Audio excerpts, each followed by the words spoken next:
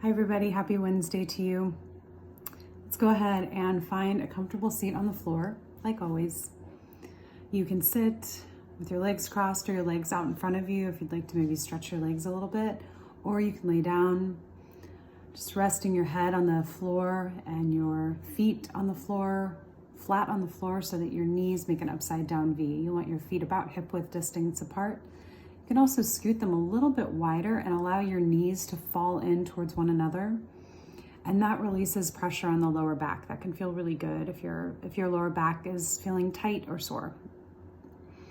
To the coaches, as always, please go ahead, dim the lights, any lights you can, quiet any conversations, or TV or radio that's going on, just so we can have as much peace and quiet as we can, knowing that nothing's ever perfect.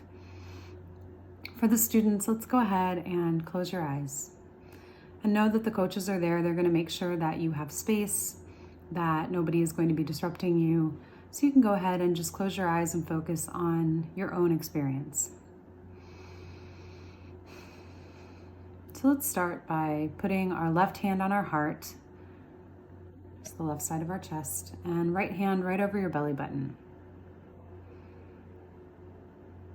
Go ahead and notice your breath. Where do you feel your inhales? Do you feel the hand on your belly rising and falling? Or do you feel the hand on your heart rising and falling? Ideally, we want to be taking such deep breaths that the hand on our belly, when we inhale through our nose, expands, and when we exhale out our mouth, that hand contracts or goes towards your spine. And the reason that we want our belly hand moving and not our heart hand is because that will actually deepen the breath. So although yes, your lungs are technically only in your chest, and that is where your oxygen is processed, if you visualize the breath going all the way to your belly and expand your belly, like almost like you ate a big meal, when you take that inhale breath, then those breaths are guaranteed to be deeper, slower, and those also will slow down your brain. They, in fact, change your nervous system. They rewire your nervous system just by deep breathing. So just take a few moments to notice that. And if you notice that you feel the hand on your chest that is moving up and down, then see if you can focus your breath going to your belly and get those inhales going through the nose, exhales out the mouth, and fully exhale. Imagine emptying out like a balloon that is completely deflated. And I want you to now, just as you're continuing to breathe and watch your breath and listen to your breath, I'd like you to imagine one thing from this year that you are grateful for. This could be a person, this could be an event, this could be perhaps even a comment that someone made to you, a kind word. Maybe it's something that you really worked hard for and you achieved. So it could be gratitude to yourself and to your own tenacity. But I want you to think about, what is one thing in this past year that I'm grateful that I experienced? And I will tell you right now that expressing gratitude on a regular and consistent basis is one of the best, most powerful things you can do to change your life. It is free. It takes no training. If you every single morning think of 3 things you're grateful for, and every night before you go to bed, think of 3 things you're grateful for, and they can be the simplest things. They can be the sun is shining today, or, I had a really nice conversation with a friend, or I really enjoyed a meal that we ate, or I got to have extra dessert, or, I did something really nice and someone said thank you. They can be that simple, that small. They don't have to be big things. If you make this part of your daily practice, you will change your life for the better. There is so much research to support this. And so I want to encourage every single one of you to take this practice really, really seriously. But for right now, go back to the moment here. We're just going to focus on one thing this year. And maybe it's maybe something really significant for you. Maybe it was the opportunity that you have now to grow. You have to evolve, to adjust your habits, your behaviors, your beliefs, so that you can show up in the world better. Again, maybe it's a kind person who you just really appreciate.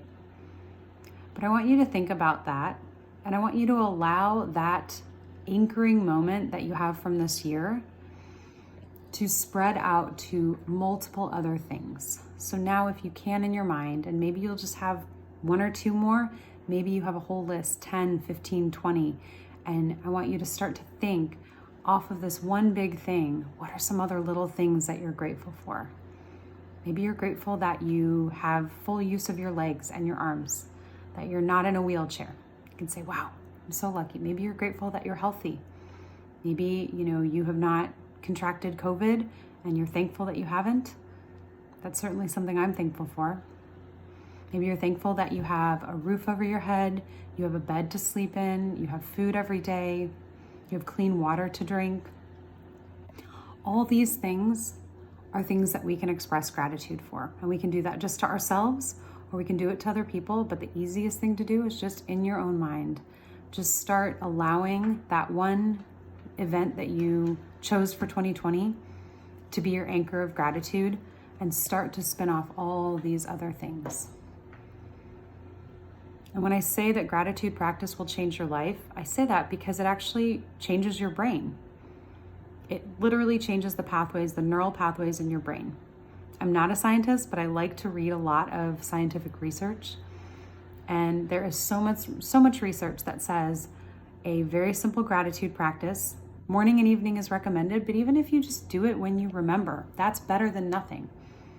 But I think there's something really beautiful about allowing your morning to begin and your evening to end with saying thank you for whatever it is. We all have things to be thankful for. Even in our darkest days and our darkest times, there are still things to be thankful for.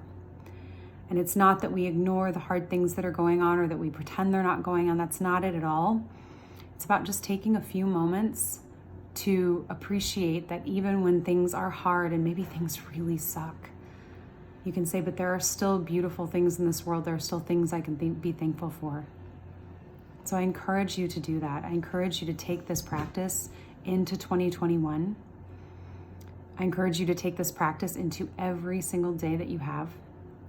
And especially on those days where you're just not feeling great, where you feel like the world is against you and you can't win and all that stuff. I am not denying that there are incredibly, incredibly difficult days. But if you can pause and say, I'm going to deal with that hard stuff, but I'm going to pause for a moment and I'm going to find 3 things in this right now that I can say thank you for. And you can say thank you if you have a spiritual practice. The thank you can be to a higher power. If that doesn't feel like something you really resonate with, that's okay too. You can just say thank you.